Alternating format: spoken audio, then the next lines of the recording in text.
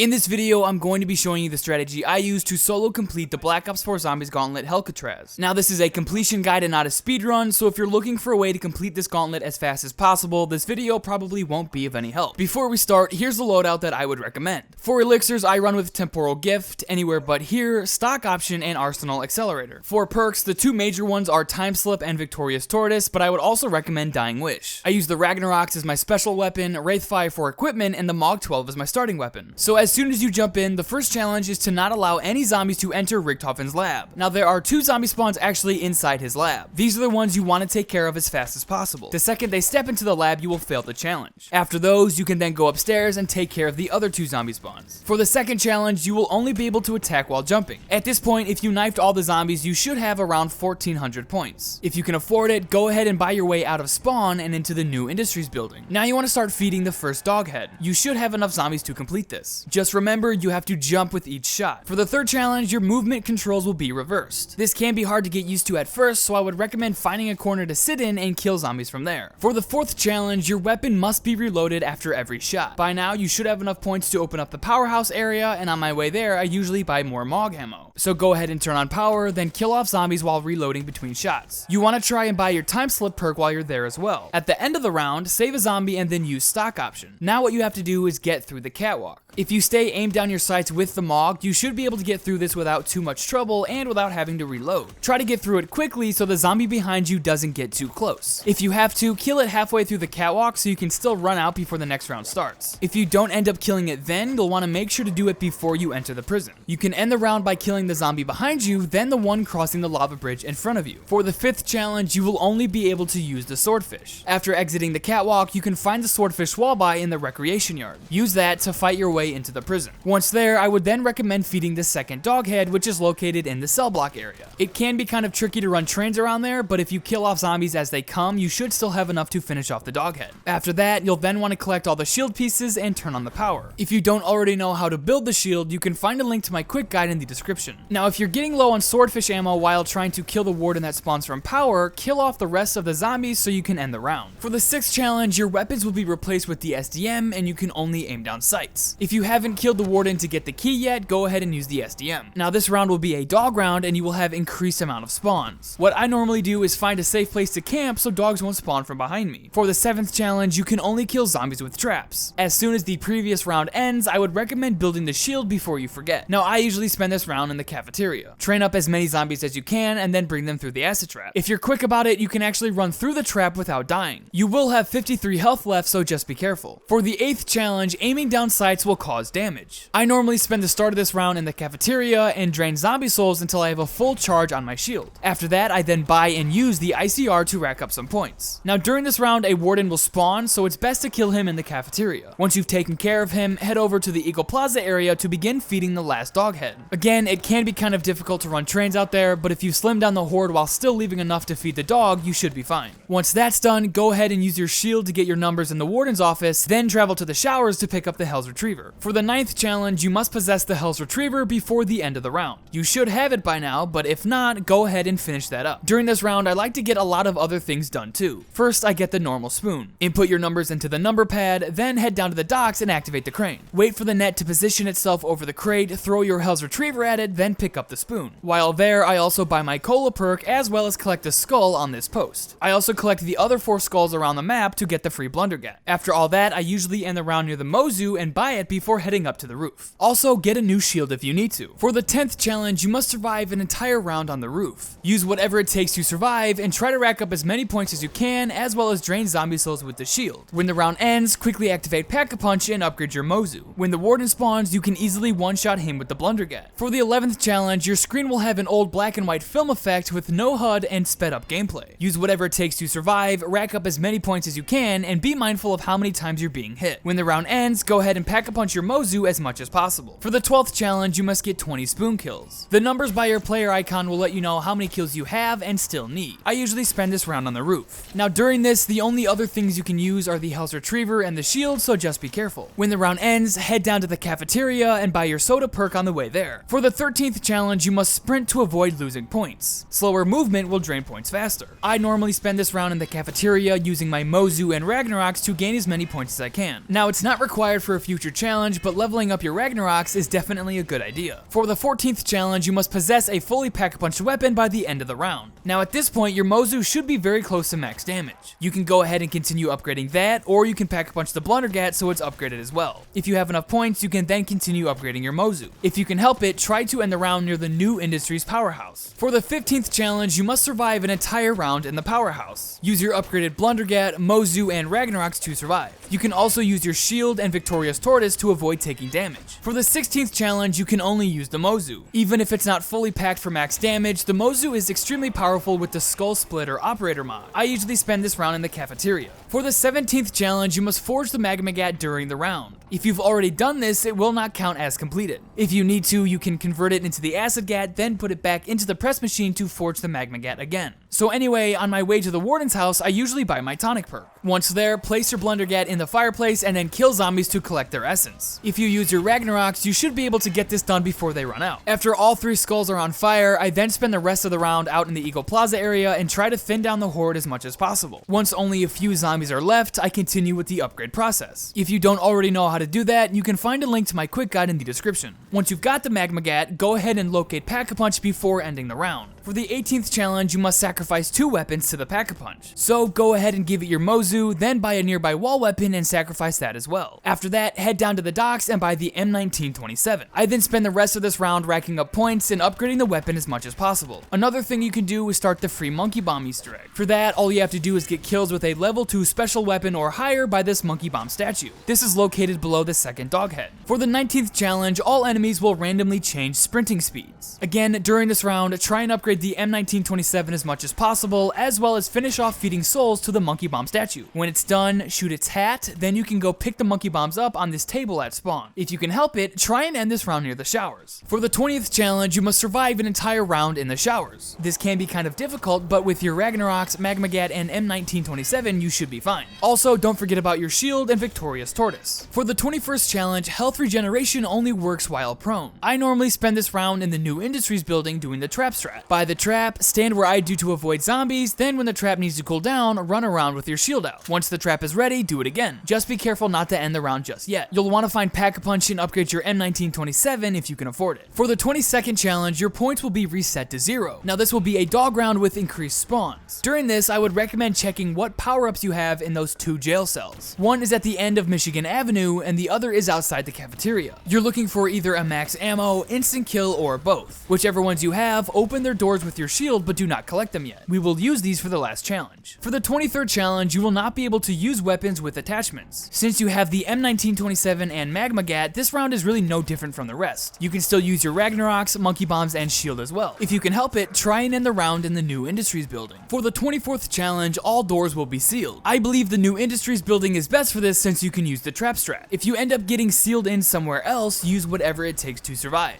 For the 25th challenge, you must survive an entire round in the Infirmary. On your way there, go ahead and buy a new shield if you need to. The best place to survive in this area is by the KN57 wall buy. What I do is spam the Magmagat while constantly moving to distract as many zombies as I can. Once that gets too hectic, if available, go ahead and place on your Ragnaroks. Then after that ends, continue with your Magmagat. For the 26th challenge, you can only use the M1927. At this point, it should be close, if not already at max damage. Now you can spend this round wherever you want, but I normally do it down by the docks. This can be a pretty difficult place to survive, but it's close to the weapons wall buy, which is nice when you run out of ammo. I would recommend ending the round near the docks though. For the 27th challenge, all ammo is reset to 0. This is why you want to be close to the M1927 wall buy so you can buy more ammo. Once you've bought it, head over to the new Industries building and do the trap strat again. While there, if you haven't already, go ahead and pick up your free Monkey Bombs. For the 28th challenge, you must travel through hellholes before the timer runs out. You've got about a minute before having to use one again, so I would recommend doing either the trap strat or placing down your Ragnaroks and waiting for them or the time to run out. After whichever one happens first, travel to the cafeteria and run trains there. For that minute, I would try and kill as many zombies as you can, then travel back over and do the trap strat again. Repeat this until you've ended the round. For the 29th challenge, you must survive a normal zombie round but with increased dog spawns. This one isn't really that different from a normal round, so again, I recommend the trap strat. Other than that, use whatever it takes to survive. If you don't have a max ammo in one of those cells I mentioned earlier, go ahead and buy ammo for your M1927. For the final challenge, you must survive an entire round in the Warden's house. On your way there, go ahead and grab a new shield as well as those power-ups in the cells. At this point in the game, I don't normally have any Magmagat ammo, so a max ammo here is very important. But if you only have an instant kill, go ahead and use Temporal Gift before collecting it. So once you're in the Warden's house, if you didn't get a max ammo from the cells, but you did get an instant kill, try and kill as many zombies as you can with your M1927. The instant kill should last for a couple minutes. Once it expires, you can then place down your Ragnaroks. Let them kill zombies, then when they're close to being done, use Arsenal Accelerator so they'll be ready faster in case you need to use them again. After that, use Monkey Bombs, your shield, and the M1927 until you can use your Ragnaroks again. Now if you didn't have instant kill but you had a max ammo, go ahead and stand across from the fireplace and spam Magmagat shots on both sides of you. Remember to be constantly moving so the zombies don't trap you. If things get too hectic or you start to get low on ammo, place down your Ragnaroks. Again, when they're close to being done, use Arsenal Accelerator. From there, go back to constantly moving and spamming your Magmagat. In this gameplay, I didn't have to use my Ragnaroks again or my monkeys, but they're both there in case you do. Once you've killed everything, the game will end and you will have completed the gauntlet. Thank you so much for watching this video. If you have any questions, go ahead and comment them down below and I will be sure to help in any way that I can. Also, don't forget to check out some of the helpful guides and timestamps in the description. Anyway, I wish you luck and I will see you later.